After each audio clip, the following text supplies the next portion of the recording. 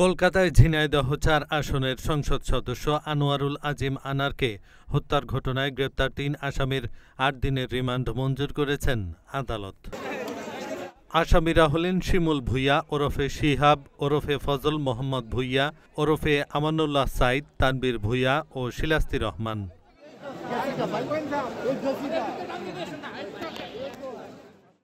শুক্রবার তাদেরকে আদালতে হাজির করে পুলিশ। এরপর মামলার তদন্ত কর্মকর্তা ডিবি পুলিশের ওয়ারি জোনের সহকারী পুলিশ কমিশনার মাহফুজুল ইসলাম তাদের ১০ দিনের রিমান্ডে নিতে আবেদন করেন।